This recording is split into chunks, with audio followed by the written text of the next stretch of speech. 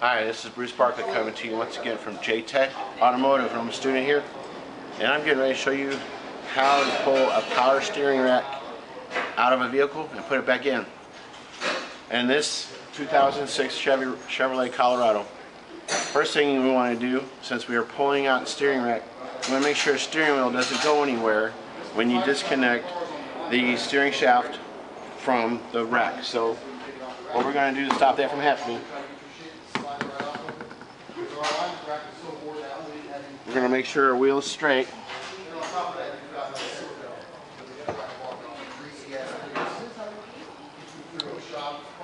We were going to use a safety belt.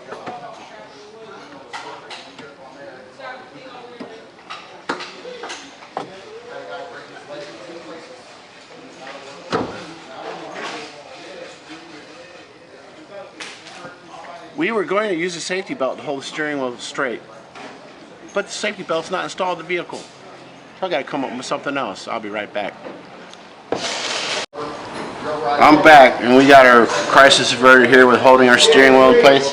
What we've done here is we put a C-clamp in there, holding the steering wheel still so we don't spin it around while we take apart our input shaft from our rack. That way we don't get the wheel to spin and ruin our clock spring.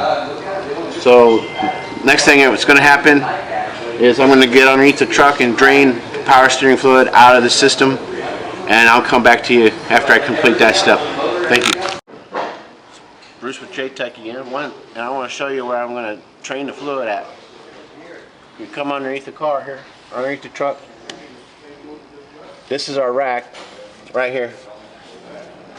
And I'm going to take that bolt out right there where the two lines go in, and that's going to free the rack up from the power steering pump, which is what these lines are. So I'm going to take it apart here, and then I'll turn it this way, and that's where it'll drain from. So I'm going to do that step now, and once I complete that, I'll come back to you and let you know what I'm going to do next. Okay, our next step is we're going to separate the tie rods from the steering knuckle. We're going to take this apart here and separate that, and we're going to do it on this side as well, right there. So we're going to take the two tie rods out, separate them, and that should free up our rack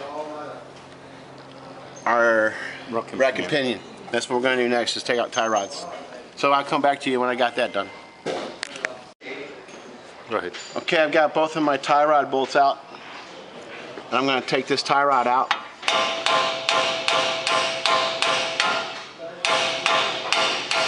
And as soon as I do get it out, my next step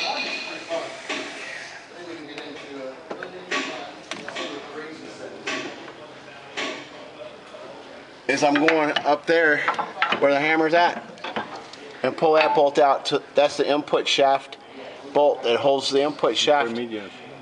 Yeah, intermediate shaft to the steering rod. I'm going to pull that bolt out next, so I'll be back after I get this tie rod out.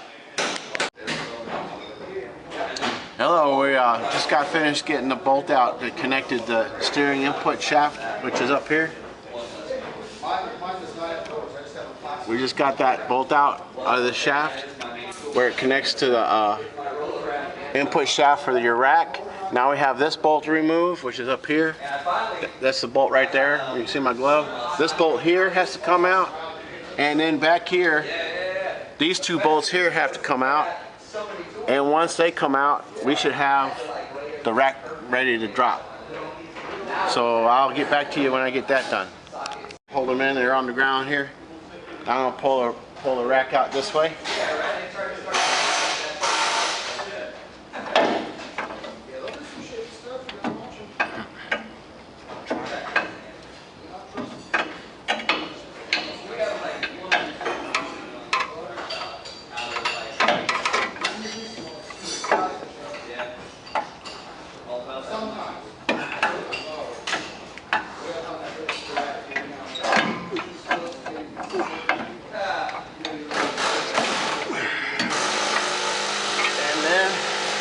This way.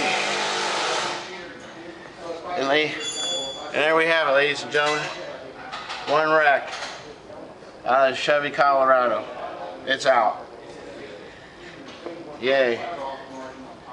Now, okay, now, be careful, man. Sorry about that. Things happen out here, you know. Now we got the rack out, we can replace the tie rod ends, bellows, anything else that rack might need. But other than that, it's out.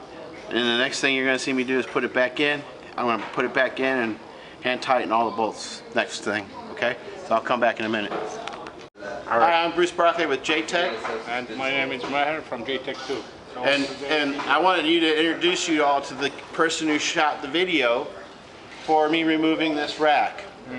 Now, what we're going to do now is he's going to put the rack back in and I'm going to shoot the video for him. And that's what we're going to do. So, what we're going to do first? First of all, we're going to put this one back.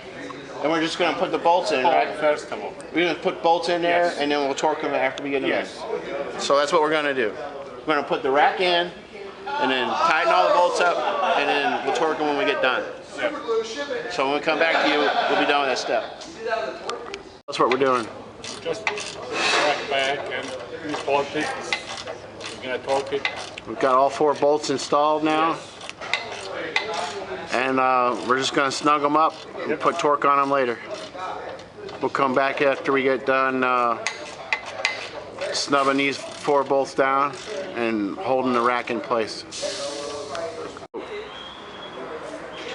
After you know, put the bolt, now we're going to go do like tie rod for both sides. I'm going to put the light here so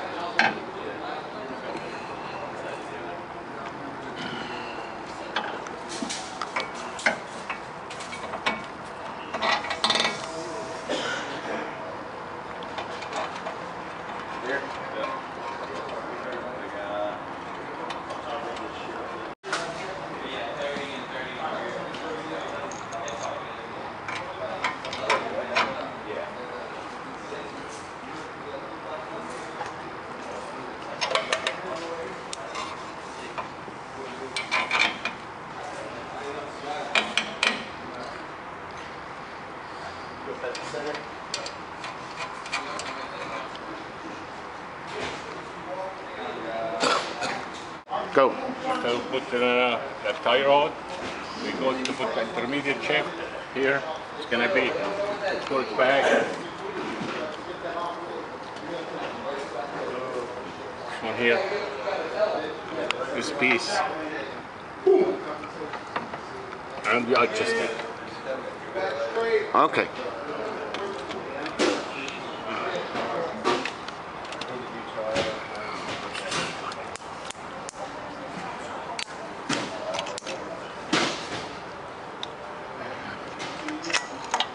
Go.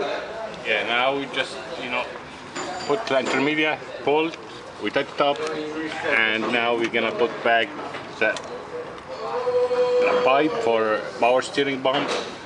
We attach it here. Yeah, look at there. And just See, that's why them, tight it up. why the torque wrenches would be shitty. We know we'd be resetting them. Here we just finished, put it up, the fluid pipe that's coming from the power steering pump. We tight it up. After now we're gonna, take a look to the rudiment, see the torque for these 2 bolts and these 2 bolts and 1 and 2. So when we get it, we're coming back. Thank you. So that's why they're kind of lighting, but not really, because some of them are being used somewhere else. Yeah. So if you can clean all that shit off. Just finished all the factory I'll try that. here.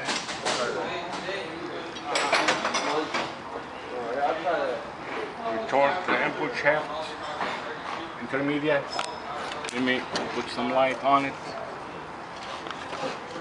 We torque it for 33, and after that, you know, we torque those large too for 96 foot-pound, and we torque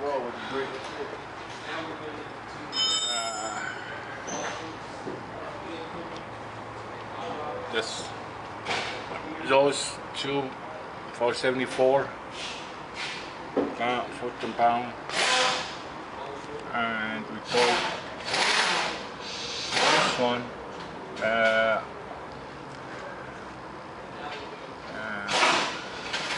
outlet tie rod from both sides for 33 pounds, and after that we tied bolt for fluid pressure for 33 pound an inch.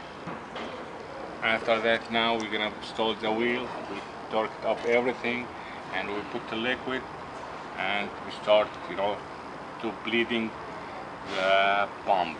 Okay, Thank you. go. Spruce Park again. We've already put our tire on, torqued it to spec, got the truck on the ground, and we're ready to service it up, the system up with power steering fluid. I'm going to do that stuff now. So when I get done with that, we're going to bleed the system. So I'll be back when I get ready to do that. For right now, I'm just going to fill up the power steering reservoir here. All right, 3. Okay, we've serviced up our power steering fluid, and we have a full reservoir. We've started the engine, we've leak checked everything, and it's all good to go. We don't have any leaks. Now what we're going to do is bleed the system. We got the wheels elevated off the ground, and at the beginning of this we put on this C-clamp to keep the steering wheel from rotating while we had it apart, so we didn't ruin the clock spring. We're going to take your C-clamp off.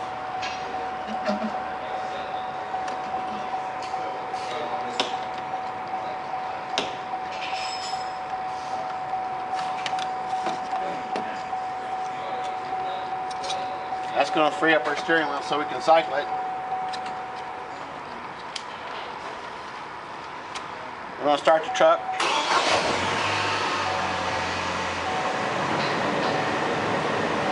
And then we're going to turn our steering wheel from stop to stop.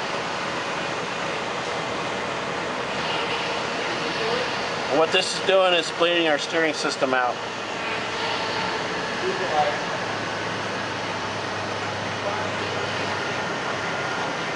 I want to do this about 10 times, so I'm about 3.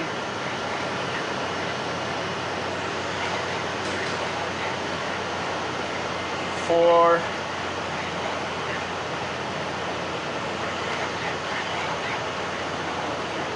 5. 6.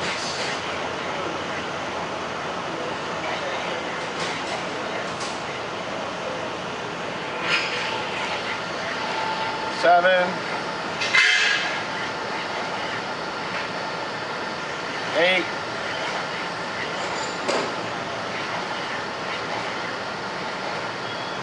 9.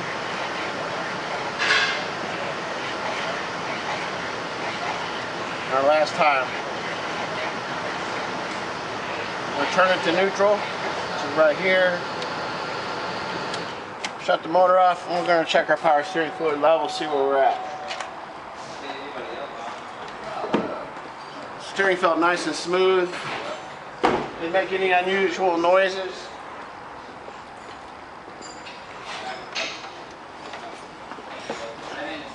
Got no fluid leaks down here.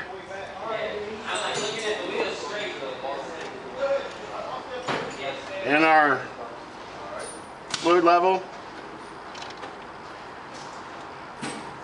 And we'll check this out after the foam dies down inside there. It's pretty foamy in there, so but all we got to do now is finish servicing this up and get it to the full line, and we're done with it. So this concludes our how to remove and install a rack, and also how to bleed the system. We're finished with this, and thank you very much for watching this video.